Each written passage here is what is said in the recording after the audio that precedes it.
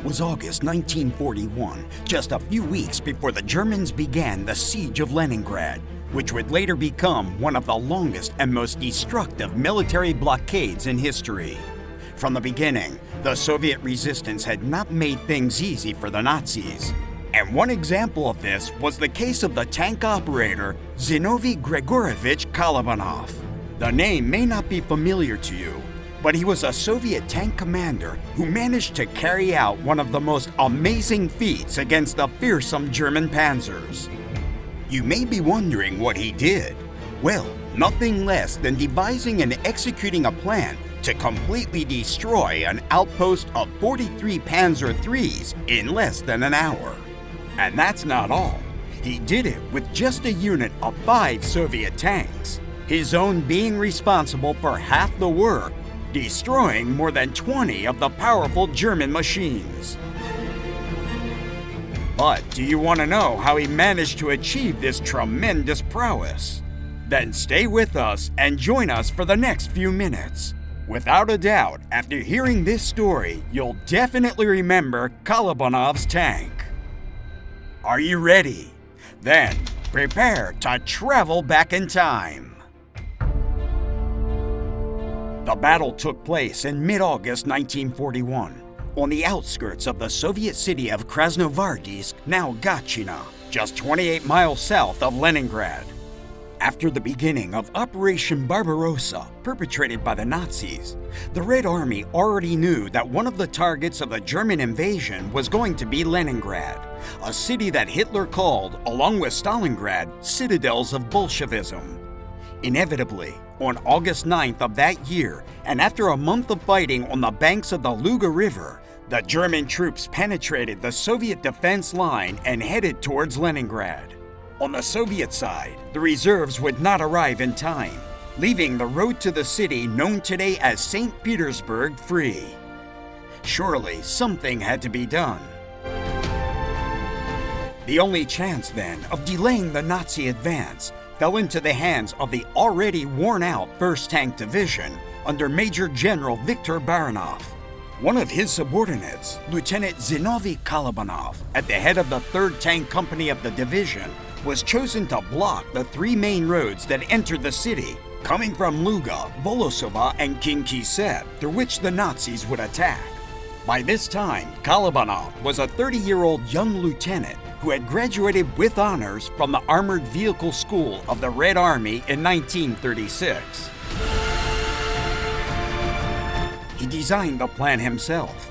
They were to ambush the vanguard of the 1st, 6th, and 8th Panzer Division with only 5 KV-1 tanks, machines that would quickly become the worst nightmare of the German tanks, and with Kolobanov at the helm. On August 19th, a day before the battle, the Soviet lieutenant already had the strategy in mind and the 5 vehicles in position. 2 of them would be stationed in one of the access streets, 2 others in the second, and in the main one, Kolobanov's tank. In addition to him, his crew consisted of a gunner, a machine gunner, a loader, and a mechanic. The location chosen for his vehicle was one with the widest field of fire, since the street he had to defend was surrounded by marshy terrain, which was ideal for his plan. On the other hand, he also made sure to camouflage the tanks, even erasing any traces they might leave behind, in such a way that his tank would wait for the Germans hidden in a chicken farm. On the morning of August 20th, the crew woke up to the sound of German Ju-88 bombers on their flight to Leningrad. A while later, they heard gunshots from one of the surrounding streets. Soon came the radio announcement that 2 of the KV-1s had opened fire on the 1st German tanks. Meanwhile, Kolobanov set his firing range, which would encompass an area comprised between 2 well-identifiable trees at a distance and the crossroads from which the panzers would approach. He would only fire once the enemy's tanks were in that delimited area. 2 hours later, the show began. The Soviet hero let the long line of vehicles advance without giving away their position until he ordered the 2 ahead to open fire.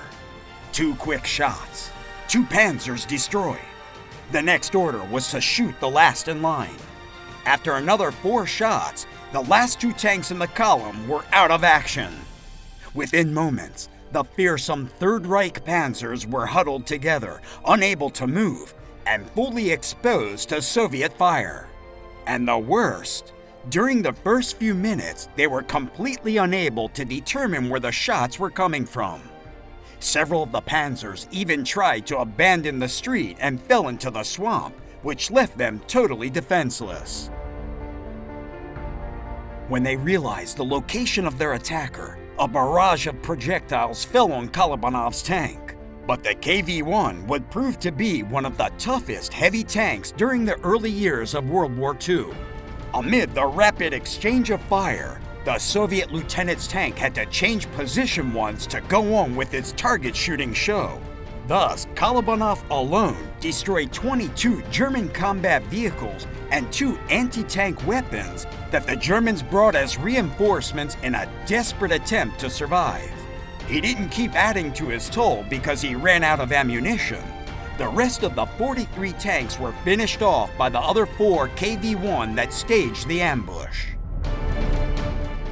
After only half an hour of combat, Kolobanov's KV-1 had fired 98 rounds and resisted as many, sustaining only minor damage, such as the loss of its periscopes and the breakage of the turret's turning mechanism. In comparison, the street in front of him was a graveyard of proud German tanks. So, what did this battle mean? Regarding Leningrad, it was of utmost importance so that the city did not fall to the well-known blitzkrieg attacks of the Nazis. You probably already know what happened next.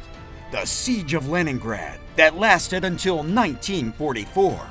As for Kolobanov, he was awarded the Order of the Red Banner, one of the highest military decorations in the Soviet Union.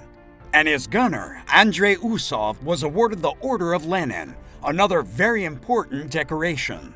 Kolobanov would be severely wounded months after this battle and would spend the rest of World War II in a hospital bed.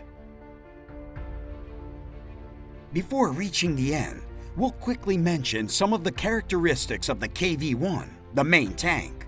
This vehicle was the main Soviet choice during the first half of the war due to its excellent armor, almost impossible to penetrate by the best German tanks of that time.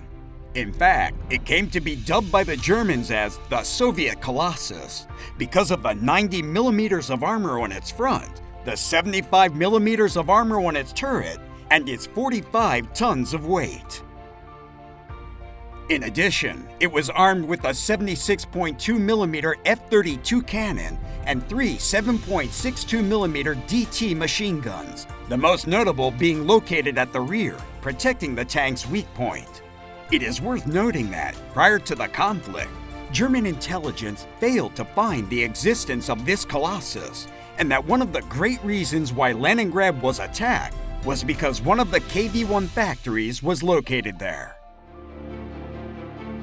Did you know this story? And what other Soviet heroes of World War II catch your eye? Leave us your answer below, and don't forget to subscribe and activate the notifications to learn about many more military events that left their mark on history. Thank you for joining us, and see you in the next video.